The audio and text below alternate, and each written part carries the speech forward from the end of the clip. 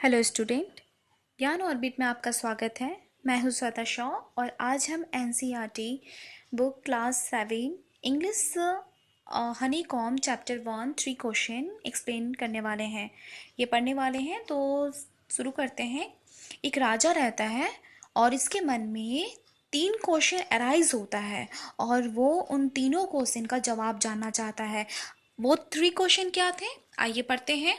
तो जिस तरह से हमने बहुत सारे ऐसे कहानी सुना है कि राजा जो होते हैं ना, वो कभी भी हारना नहीं चाहते हैं। ठीक है, वो जो सोचते हैं वो करके रहते हैं। ठीक उसी तरह से एक बार की बात है कि एक राजा को 3 क्वेश्चन उसके दिमाग में आया और वो उस 3 क्वेश्चन का जवाब जानना चाहता था। और वो 3 क्वेश्चन क्या था? What is the right time to being something, मतलब किसी एक राइट समय में हमें क्या करना चाहिए। ठीक है, मतलब कोई काम करने का राइट समय क्या होता है, which people should he listen to, और किस इंसान का बात वो सुने। What is the most important thing for him to do, और सबसे इंपॉर्टेंट चीज क्या है उसके लिए। The king therefore sent messenger, तो इस वजह से क्या हुआ ना कि वो राजा अपने महल में रहने वाले एक मैसेंजर को, ठीक है ना, वो आदमी होता है मैसेंजर जो जो राजा का मैसेज को ले जाकर बाहर में प्रजा को यानी लोगों तक पहुंचाए। तो उसी तरह से एक मैसेंजर को उस राजा ने भेजा और कहा कि अगर राजा के 3 क्वेश्चन का जवाब जो सही सही बता देगा उसको वो पैसा देंगे। ठीक है, तो ये सुनते के साथ ना बहुत सारे ऐसे वाइस मैन, या वाइस मैन कौन होते हैं? जो लोग बहुत बुद्धिमान वाले होते हैं। ठीक है ना, बहुत सारे लोग आए पर वो सब ने सेम ही क्वेश्चन का सबका अलग अलग आंसर था। ठीक है, तो क्या होता है कि फर्स्ट क्वेश्चन का जवाब उसको क्या क्या मिला। किसी ने कहा कि राजा आप एक टाइम टेबल बना लो और उस टाइम टेबल को स्ट्रिक्टली फॉलो करो। फिर दूसरे ने कहा कि क्या सब काम प्रॉपर टाइम में किया जा सकता है, ऐसा तो नहीं हो सकता। फिर तीसरे ने कहा कि राइट टाइम टेबल को बनाकर ये तो पॉसिबल ही नहीं है कि एडवांस हम लोग टाइम टेबल बना ले और उसको फॉलो करें, ये तो नहीं हो सकता है।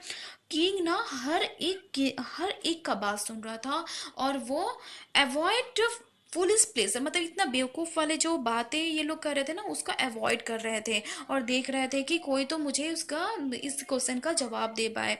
तो yet other said that king needed a council of a vice man, फिर किसी और ने कहा कि राजा को वाइस मैन की काउंसिल की जरूरत है। वाइस मैन वही बहुत बुद्धिमान इंसान की बहुत जरूरत है जो इनका आंसर दे पाए।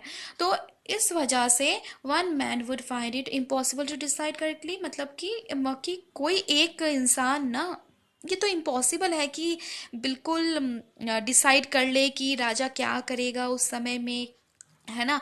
तो ये बताना काफ़ी मुश्किल है, इसीलिए आपको एक वाइस मैन की ज़रूरत है। हाँ, जो उसे बता दे कि राइट टाइम क्या है हर एक्शन का।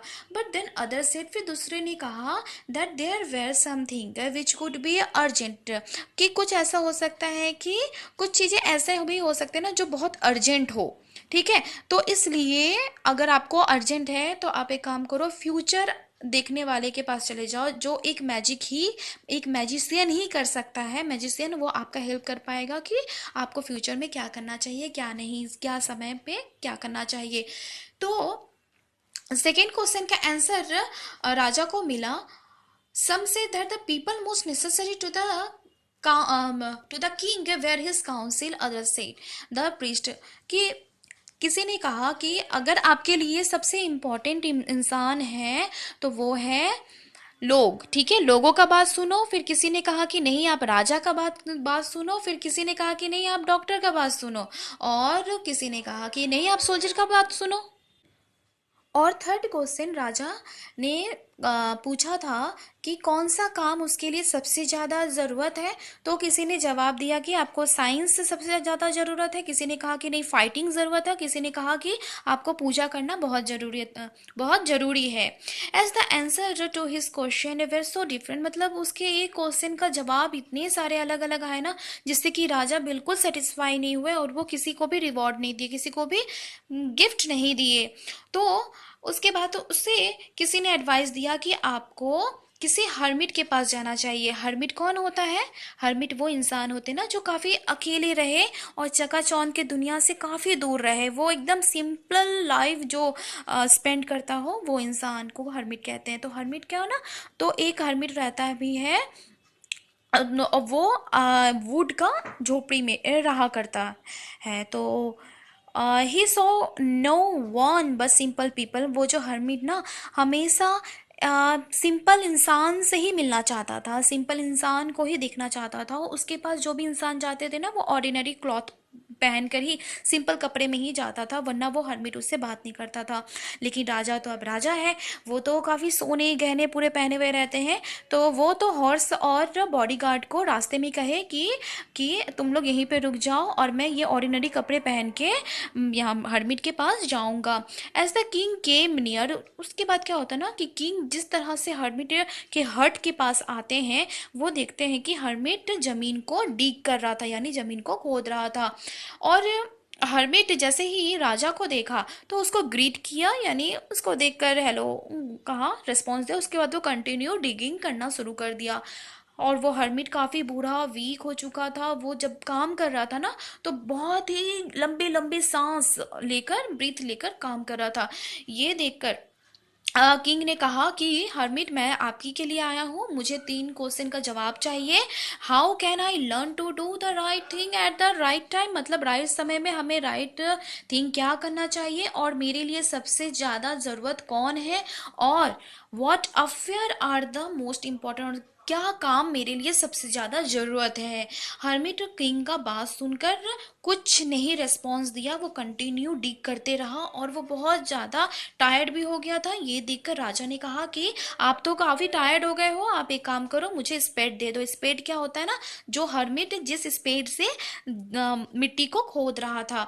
तो हर्मिट क्या कहता है, thanks said the hermit, give the king his spade. वो थैंक्स बोलकर वो अपना जो कुल्हाड़ी था वो उस राजे को दे देता है और वो खुद जमीन में बैठ जाता है।